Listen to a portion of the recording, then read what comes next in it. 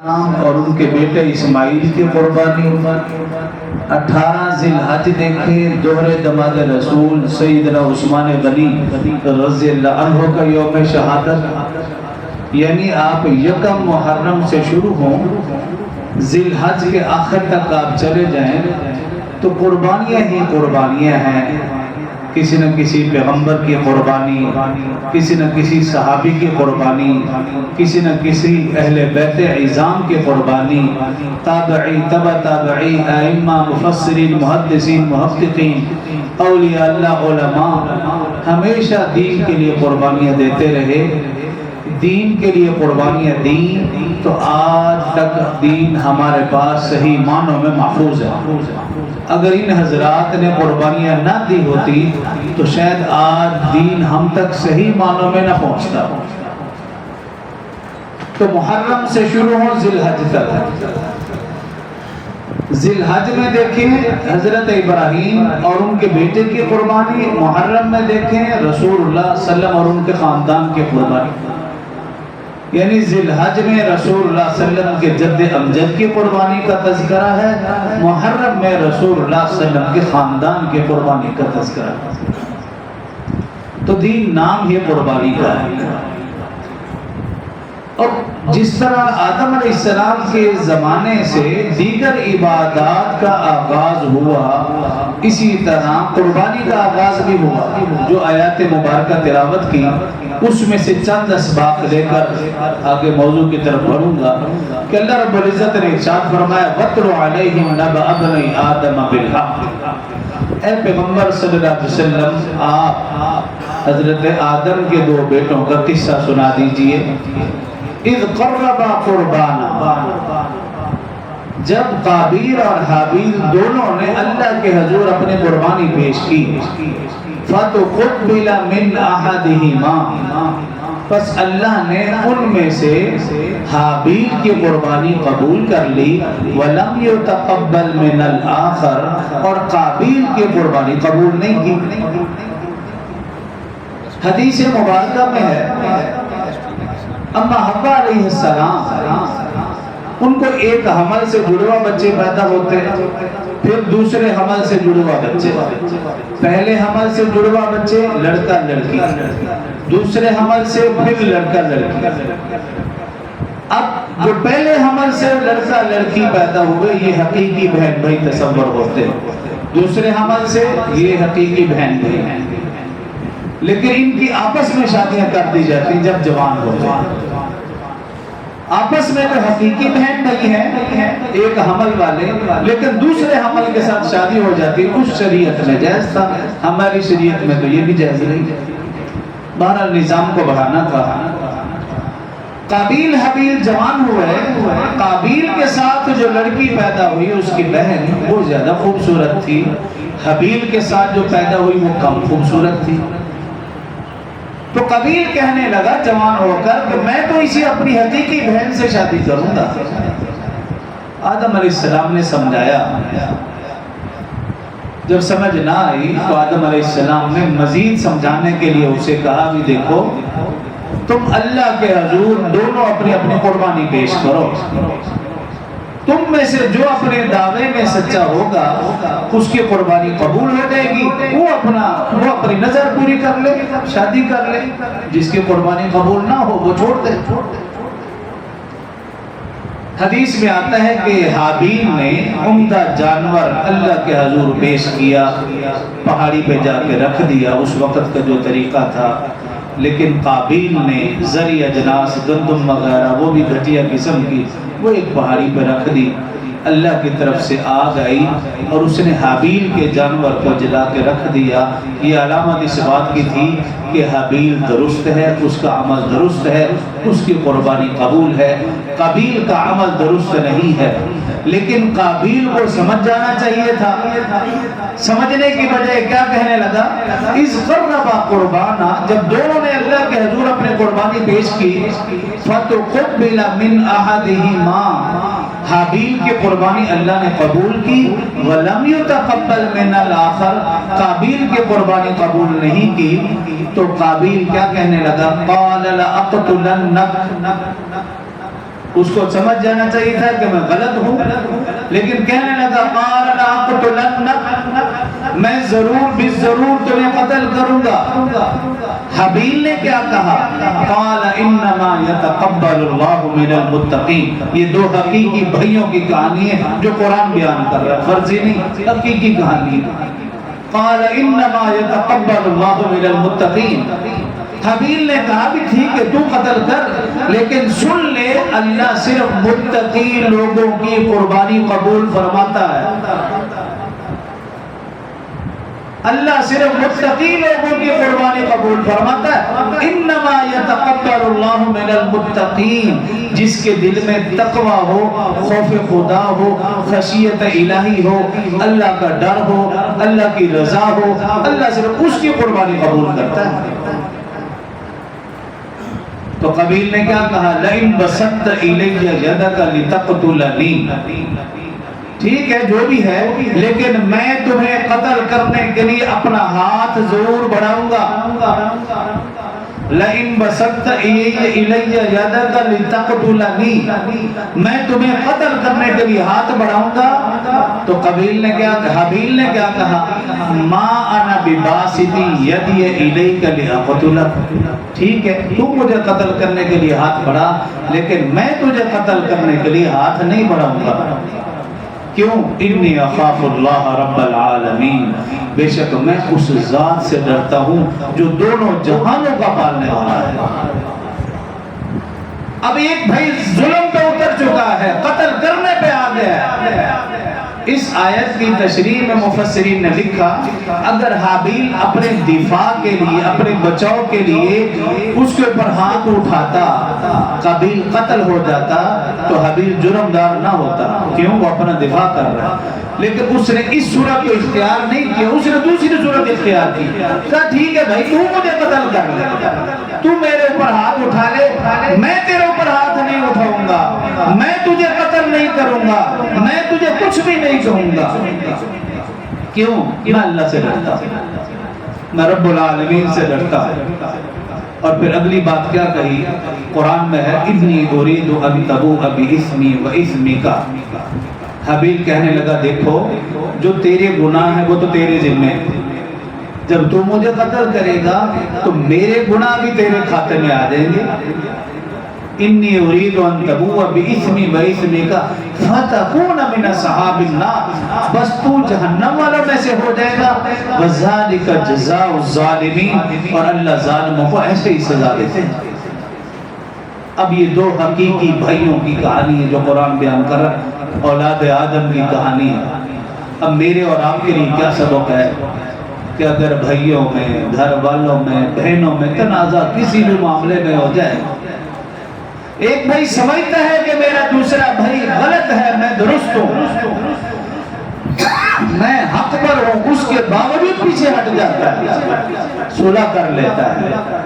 کیوں؟ اس کے دل میں تقوی ہے، اس کے دل میں خوف خدا ہے، خشیت الہی ہے، یہ رب العالمین سے ڈرتا ہے، اللہ کی رضا کے لیے اگر حق چھوڑ رہا ہے اس کے لیے تو پھر اجر ہی اجر ہے۔ اور جو اللہ کی رضا کے لیے حق نہیں چھوڑ رہا، ظلم پہ ظلم کر رہا ہے، اس کا معاملہ اللہ کے پاس، اللہ کے ہاتھ میں۔ تو قربانی کا آغاز آدم علیہ السلام کے دور سے ہوا، اور پہلا قتل حسد کی وجہ سے ہوا، پہلا قتل ایک لڑکی کی وجہ سے ہوا، اور جس نے قتل کیا قابیل نے، وہ بھی اولاد آدم ہے، ہمیشہ کے لیے جہنم میں۔ اور جتنے بھی لوگ ناجائز قتل ہوں گے سب کا گناہ قابیل کو بھی جائے گا، اس نے ابتدا کی۔ تو قربانی کا تصور ہر امت میں رہا ہے، لیکن لوگ خود ساختہ معبودوں کے نام قربانی کیا کرتے ہیں۔ قرآن میں اللہ نے جو اس امت کو کہا، قل اے پیغمبر آپ کہہ دو ان صلاتی، بے شک میرا نماز پڑھنا، ونسکی میرا قربانی کرنا، ومحیایا میرا جینا، ومماتی میرا مرنا، للہ رب العالمین، رب العالمین کے لیے۔ قربانی خود ساختہ معبودوں کے لیے نہیں، صرف اللہ کے لیے۔ قرآن کی سب سے چھوٹی سورت سورۃ الکوثر، اللہ رب العزت ارشاد فرما رہے ہیں بسم اللہ الرحمن الرحیم انا اعطیناک الکوثر، بے شک ہم نے آپ کو کوثر عطا فرمائی۔ بخاری، مسلم، ابو داؤد شریف، ان تینوں حدیث کی کتابوں میں لکھا کوثر سے مراد جنت کی ایک نہر ہے، جنت کا ایک حوض ہے، نہر ہے جس سے رسول اللہ صلی اللہ علیہ وسلم کی امت سے راب ہوگی۔ حدیث مبارکہ میں رسول اللہ صلی اللہ علیہ وسلم نے ارشاد فرمایا حوض کوثر ایک جنت کی نہر جس سے میری امت سے راب ہوگی، اس نہر کے برتنوں کی تعداد آسمان کے ستاروں سے بھی زیادہ ہے۔ برتنوں کی تعداد آسمان کے ستاروں سے زیادہ، تو ذرا اندازہ لگائیں وہاں سے سیراب ہونے والوں کی تعداد کتنی ہوگی۔ لیکن غور طرف بات یہ کہ رسول اللہ صلی اللہ علیہ وسلم مسجد نبوی میں تشریف فرما تھے، جب یہ سورہ مبارکہ نازل ہوئی تو رسول اللہ صلی اللہ علیہ وسلم نے تلاوت کی، پھر ایک دم اٹھے جیسے غم زدہ ہوں، تو صحابی نے عرض کی یا رسول اللہ صلی اللہ علیہ وسلم آپ کی غم زدہ پریشانی اس کی وجہ؟ رسول اللہ صلی اللہ علیہ وسلم نے ارشاد فرمایا ہاں میری امت کثرت سے حوض کوثر سے سیراب ہوگی، میں اپنے ہاتھوں سے جام پلاؤں گا، میں اپنے ہاتھوں سے حوض کوثر سے بھر بھر کے جام پلاؤں گا، لیکن میری امت کے کچھ افراد ایسے ہوں گے جیسے ہی وہ قریب آنے لگیں گے فرشتے ان کو دور کر دیں گے، وہ حوض کوثر کی خوشبو سے بھی محروم ہو جائیں گے۔ صحابہ نے عرض کی یا رسول اللہ صلی اللہ علیہ وسلم یہ کون لوگ ہوں گے؟ فرمایا یہ وہ لوگ جنہوں نے میرے جانے کے بعد میرا طریقہ، میرے صحابہ کا طریقہ چھوڑا اور بدعت کو اختیار کیا۔ کیوں؟ کل بدعت ضلالہ، ہر بدعت گمراہی ہے اور ہر گمراہی جہنم میں لے جانے کا ذریعہ ہے۔ تو جہاں ہم سنتوں کا اہتمام کریں وہاں ہم بدعات سے بھی بچیں۔ ایسا نہ ہو ایک طرف سنت ابراہیمی ذبح کر رہے ہوں اور دوسری طرف سنت محمدی قتل کر رہے ہیں، ایسا نہ ہو۔ رسول اللہ صلی اللہ علیہ وسلم کی سنتوں پر عمل کرنے میں خیر ہے۔ انا اعطیناک الکوثر، فرمایا بے شک ہم نے آپ کو کوثر عطا فرمائی، فصلی لربک وانحر، پس آپ نماز پڑھیں تو اللہ کے لیے، وانحر نحر قربانی کیجئے تو بھی اللہ کے لیے، ان شانئک هو الابتر، بے شک آپ کا دشمن ناکام ہوگا۔ جو لوگ رسول اللہ صلی اللہ علیہ وسلم کا کام کریں گے ان کا نام بھی باقی، ان کا کام بھی باقی، اور جو رسول اللہ صلی اللہ علیہ وسلم اور صحابہ اہل بیت سے دشمنی کریں گے نہ ان کا نام رہے گا نہ ان کا کام رہے گا۔ قرآن کی سب سے چھوٹی سورت میں بھی اللہ رب العزت نے قربانی کا حکم فرمایا، تو قربانی کا تصور ہر امت میں رہا۔ ابراہیم علیہ السلام نے پھر انتہا کر دی، دو خاندانوں نے انتہا کر دی، ابراہیم علیہ السلام اور رسول اللہ صلی اللہ علیہ وسلم کے خاندان نے، جس کو علامہ اقبال نے یوں کہا غریب و سادہ رنگین ہے داستان حرم، غریب و سادہ رنگین ہے داستان حرم، انتہا ہے حسین اور ابتدا ہے اسماعیل۔ اسماعیل نے 10 ذی الحج کو ابتدا کی، 10 محرم کو حضرت حسین رضی اللہ عنہ نے اس کی انتہا کر دی۔ ذرا تصور کیجئے ابراہیم علیہ السلام ان کا ننھا منھا بچہ، اللہ رب العزت نے حکم دیا جاؤ اس ننھے منھے بچے کو اور اس کی ماں کو مکہ چھوڑ کے آؤ۔ فلسطین سے چلے، مکہ چھوڑا، رکے نہیں، فوراً واپس فلسطین۔ بچے کی عمر 7-8 سال ہوگی، 9 سال ہوگی، ابراہیم علیہ السلام فلسطین میں ہے، بچہ مکہ میں، روزانہ بچے کو یاد کرتے ہیں۔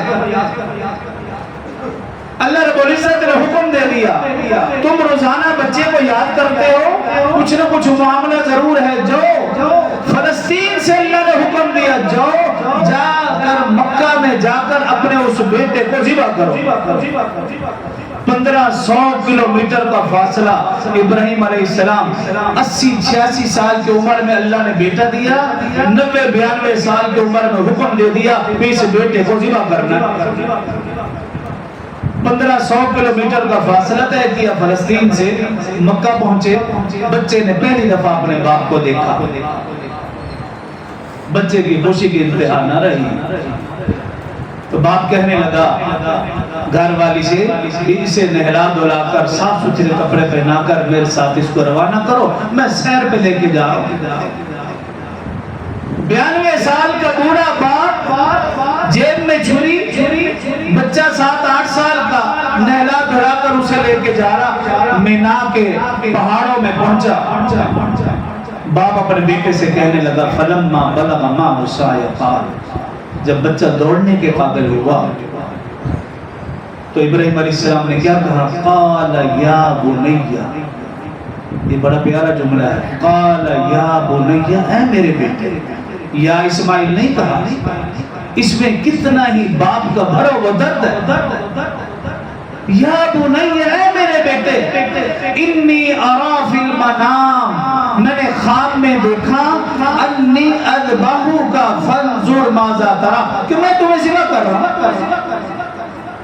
یہ تو پیغمبر کا خواب تھا جو کہ سچا ہے۔ میرا اور آپ کا کیا خواب ہو سکتا ہے؟ جو دن بھر ہم اوٹ پٹانگ کرتے ہیں، جو جھوٹ بولتے ہیں، دھوکہ فریب کرتے ہیں، وہی رات کو دیکھتے ہیں۔ محدثین نے لکھا انسان جو کچھ دن میں کرتا ہے وہی خواب میں نظر آئے گا۔ میرا اور آپ کا تو خواب سچا ہو ہی نہیں سکتا، صرف انبیاء کے خواب سچے ہیں۔ لیکن بیٹا بھی عظیم ہے، کہا بیٹے میں نے خواب میں دیکھا تجھے ذبح کر رہا ہوں۔ پیغمبر کا خواب سچا، کہا دیکھو ذبح تو میں کر کے رہوں گا، لیکن فانظر ماذا تری، ذرا تو بھی تو اپنی رائے دے، تو کیا کہتا ہے؟ بیٹے نے کیا کہا؟ قال یا ابت افعل، تفعل، ایسا جملہ کہا۔ عربی لوگ اس بات کو سمجھتے ہیں، حالانکہ اس کی جگہ یا ابتی ففعل بھی آ سکتا ہے، یا ابتی وفعل بھی آ سکتا ہے، لیکن تفعل کا مطلب ہے فوراً۔ اے ابا جان، اگر اللہ کا حکم ہے تو پھر دیر کس بات کی، بس جلدی کر دیجیے۔ حدیث میں آتا ہے حضرت اسماعیل علیہ السلام باپ سے کہنے لگے ابا جان دیکھیے میں مطمئن ہوں، میں گھبرایا نہیں ہوں، میں پریشان نہیں ہوں، کیوں؟ آپ میرے باپ ہیں، جب آپ ذبح کریں گے مجھے باپ کے بدلے میں اللہ ملے گا جو آپ سے بہتر ہے۔ مجھے آپ ذبح کریں گے دنیا کی بجائے مجھے جنت ملے گی جو کہ دنیا سے بہتر ہے۔ ہاں ایک پریشانی میرے لیے ہے کہ وہ میری ماں، وہ شاید یہ صدمہ برداشت نہ کر سکے۔ اس بچے نے اپنا کرتا اتارا اور باپ کو دیا، ابا جان یہ کرتا میری ماں کو دے دینا تاکہ وہ اس کو دیکھ کر تسلی رکھے، جب اس کو یاد ہو اس کرتے کو دیکھ لیا کرے۔ اور پھر کہا ہے ابا جان سنو، میرے ہاتھ پاؤں باندھ دو، کہیں ایسا نہ ہو ذبح کرتے وقت جو ہے وہ باپ کی جو شفقت وہ غالب نہ آ جائے، ہاتھ پاؤں میرے باندھ دو اور مجھے الٹا لیٹا دو۔ فلما اسلم وتلہ للجبین، حدیث میں آتا ہے جس طرح قصی ایک جانور کے ہاتھ پاؤں باندھتا ہے اسی طرح ہاتھ پاؤں باندھے، الٹا لٹا دیا، ان کی کمر پہ اپنا گھٹنا رکھ دیا، بائیں ہاتھ سے بالوں کو پکڑا، دائیں ہاتھ میں چھری ہے۔ حدیث میں آتا ہے 2 دفعہ آسمان کے فرشتے روئے، 2 دفعہ آسمان کے فرشتے روئے جب یہ منظر دیکھا کہ ہاتھ پاؤں بندے ہوئے، 92 سال کا بوڑھا ننھے بیٹے کو لٹا کر اس کے کندھے پہ اپنا گھٹنا رکھ کر بائیں ہاتھ سے بال پکڑ کر دائیں ہاتھ میں چھری ہے۔ ابراہیم علیہ السلام نے نظر اٹھائی، فنظر نظرۃ فی السماء، آسمان کے فرشتوں نے دیکھا، چیخ اٹھے، رونے لگ پڑے، وہ نہیں جانتے تھے آگے کیا ہونے والا ہے۔ ابراہیم علیہ السلام کہنے لگے اے اللہ تو میرا امتحان لے رہا ہے، شاید میرے دل میں اسماعیل کی محبت گھر کر چکی ہے، نا اے باری تعالیٰ سب سے زیادہ محبت میرے دل میں صرف اور صرف تیری ہے، دیکھ میں تیری خاطر اپنے بیٹے کو ذبح کر رہا۔ ابراہیم علیہ السلام کا یہ منظر دیکھا، فرشتے رو پڑے، اور دوسری دفعہ فرشتے تب روئے جب رسول اللہ صلی اللہ علیہ وسلم کا خاندان میدان کربلا میں ذبح ہو رہا تھا۔ ان دو موقعوں پر تو میں نے کیا کہا، دین نام ہے قربانی کا، جن لوگوں نے قربانی دی آج ان کا نام لیا جا رہا ہے اور قیامت تک ان کا نام زندہ رہے گا۔ جن لوگوں نے دین کے لیے اپنے آپ کو قربان نہیں کیا ان کا نام و نشان ختم۔ ابراہیم علیہ السلام نے قربانی کی انتہا کر دی، ایسی تاریخ رقم کی کوئی اور ایسی تاریخ رقم نہ کر سکا۔ تو میرے اور آپ کے لیے بھی سبق ہے، ہم کچھ بھی نہ کر رہے، کم از کم ابراہیم علیہ السلام کی اس سنت کو یوں تو زندہ کر سکتے ہیں۔ اے باری تعالیٰ، آج کے بعد ہم اپنے ہر کام میں اپنی مرضی نہیں تیری مرضی شامل کریں گے، اپنی مرضی تیرے حکم پر قربان کر دیں گے، اپنی مرضی سے کوئی کام نہیں کریں گے، صرف اور صرف چلے گی تو اے اللہ تیری مرضی چلے گی۔ یہ اللہ سے تہیہ کرنے، اللہ سے وعدہ کرنے اور پھر سنتوں پر عمل کرنا شروع۔ رسول اللہ صلی اللہ علیہ وسلم کی زندگی دیکھیے، عید کے لیے رسول اللہ صلی اللہ علیہ وسلم تشریف لے جا رہے ہیں۔ اب یہ بھی تو رسول اللہ صلی اللہ علیہ وسلم کی سنت ہے۔ صحابہ اکرام مسجد نبوی میں کھچا کھچ مسجد نبوی بھری ہے، انتظار میں ہے، رسول اللہ صلی اللہ علیہ وسلم عید کے لیے تشریف لا رہے ہیں۔ راستے میں گزر ہوا چند بچوں پر، ایک بچے کو دیکھا جو رو رہا ہے، گرد و غبار والا لباس ہے، شکل و صورت بھی اس کی گرد و غبار والی۔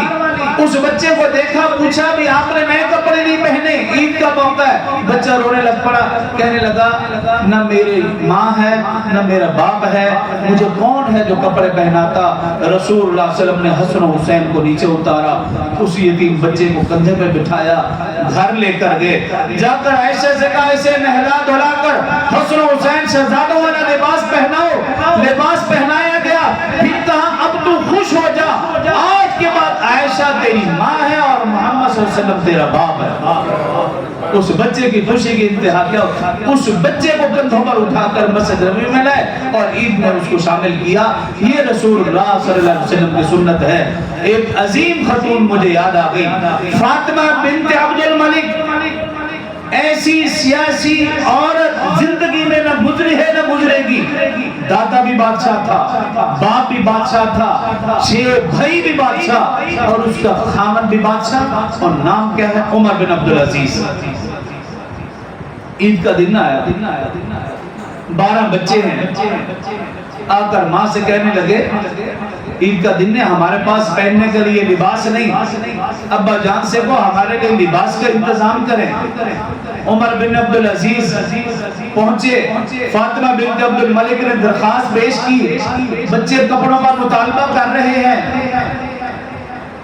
دنیا کے 3 حصوں کا بادشاہ ہے عمر بن عبدالعزیز، اتنی بڑی حکومت، کہنے لگے میرے پاس تو پیسے نہیں۔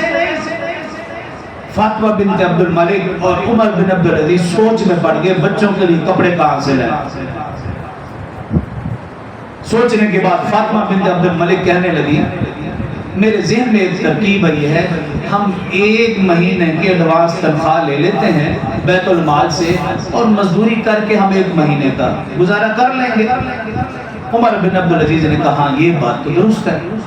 بیت المال کے وزیر جو داخلہ خارجہ جو بھی تھا اس کو بلایا، مزاحم نام تھا اس کا، کہا بھی بات سنو، ہمیں 1 مہینے کی ایڈوانس تنخواہ چاہیے تاکہ بچوں کے کپڑے بن جائیں۔ کہنے لگا بھی ٹھیک ہے میں تنخواہ دینے کے لیے تیار ہوں، تم صرف مجھے یہ لکھ دو کہ تم 1 مہینے تک زندہ رہو گے، بس یہ سننا تھا۔ عمر بن عبدالعزیز واپس آ گئے۔ جب عید کا دن تھا، سب بچوں نے نئے کپڑے پہنے ہوئے، بادشاہ کے بیٹے کے وہی پرانا لباس تھا، تو ایک بیٹا باپ کو دیکھ رہا ہے، باپ نے کہا بیٹے آج تم پریشان تو نہیں؟ بیٹے نے کہا ابا جان خدا کی قسم میں پریشان نہیں، میں خوش ہوں کہ میرا باپ بادشاہ ہے لیکن اس نے آج تک خیانت نہیں کی۔ یہ بادشاہ تھے۔ تو عرض کرنے کا مقصد یہ ہے کہ ہم بحیثیت عوام بھی اپنا جائزہ لیں کہ ہم یتیم بچوں کا، بیووں کا، غریبوں کا کتنا سہارا بن رہے ہیں، اور بحیثیت حکمران وہ بھی اپنا جائزہ لیں کہ اس وقت کیا کر رہے ہیں۔ تو قربانی کا معاملہ ہے، قربانی کے لیے اس چیز کا بھی دھیان رکھا جائے۔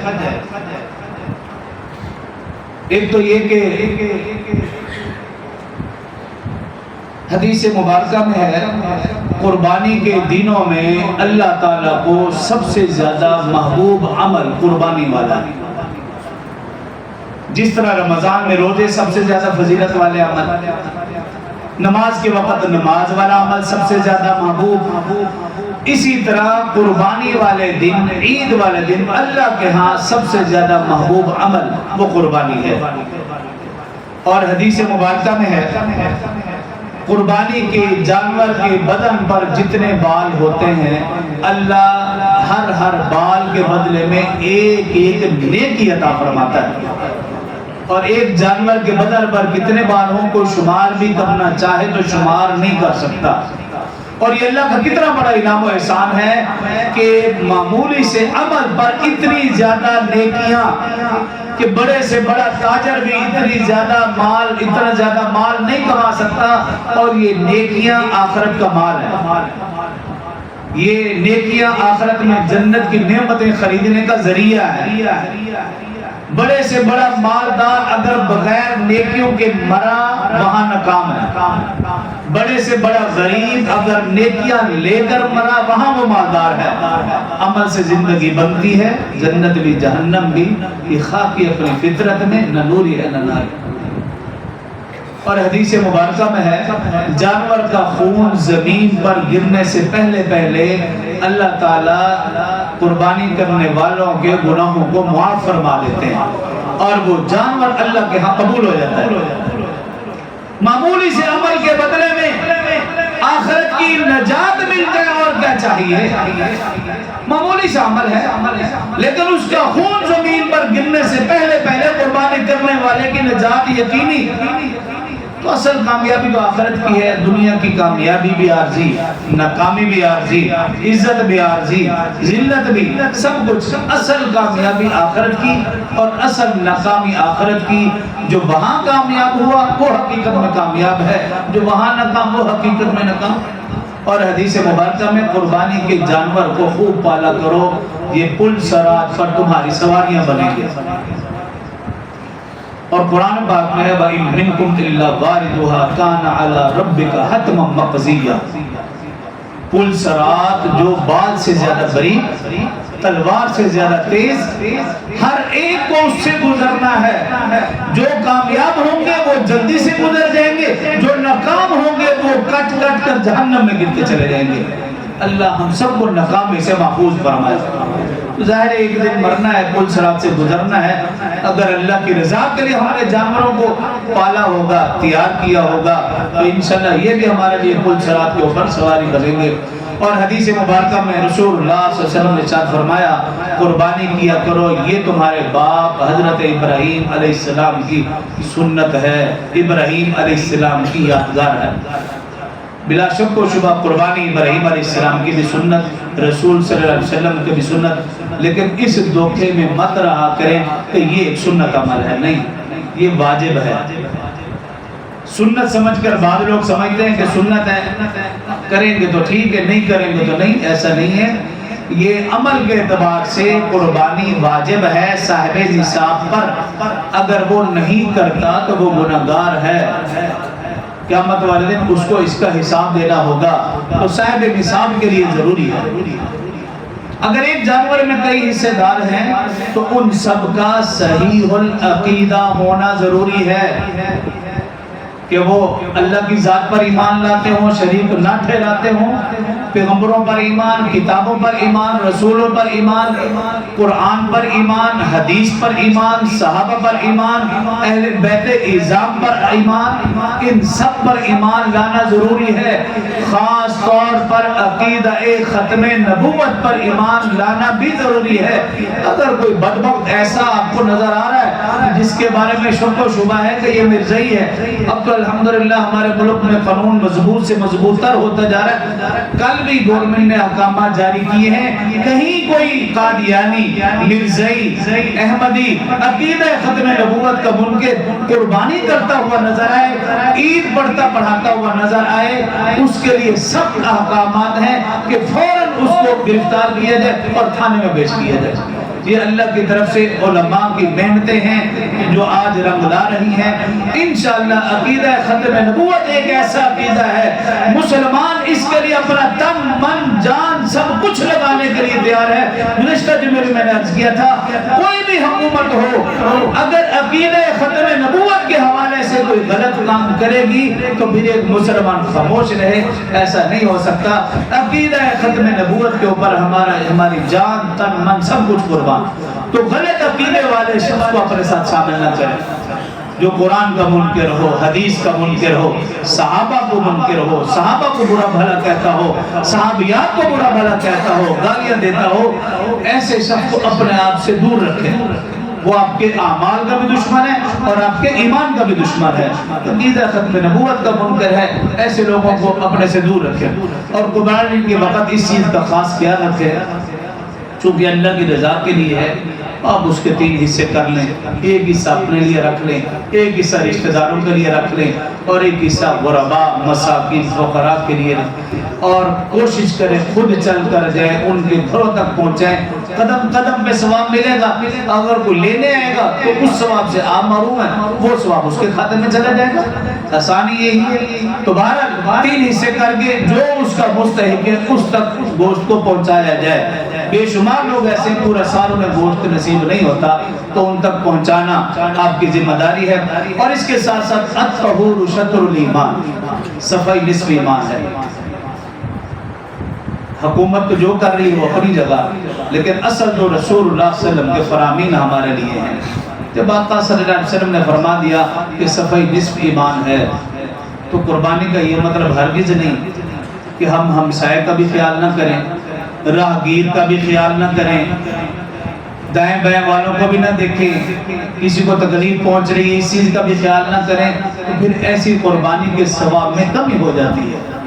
اس لیے قربانی کا مطلب یہ نہیں کہ آپ کسی پر احسان کر رہے ہیں، راستہ ہی بند کر دیا اور ہر دروازے کے آگے گندگی ہے.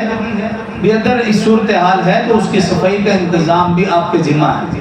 اس چیز کا بھی خاص خیال رکھنا ہے. اور آخری بات یہ کہ قربانی کی جانور کی جو کھال ہے وہ بھی مستحق تک پہنچائیں.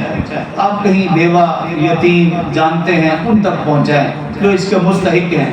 وغیرہ ہمارے قریبی مدرسہ ہے تدریس القرآن، آپ یہاں تک پہنچا دیں.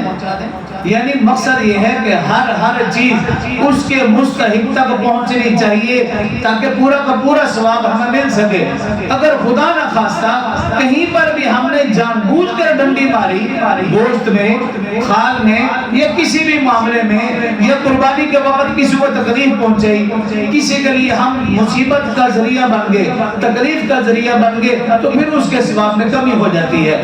تو ثواب پورا لینے کے لیے ضروری ہے کہ جو اسلامی تعلیمات ہیں ہم ان کو مد نظر رکھیں. اور اصل اس کا مقصد یہی ہے کہ دین نام ہے قربانی کا، اور قربانی اس چیز کا نام ہے جب نماز کا وقت ہے تو ہم نماز کے لیے اپنے آپ کو قربان کر دیں.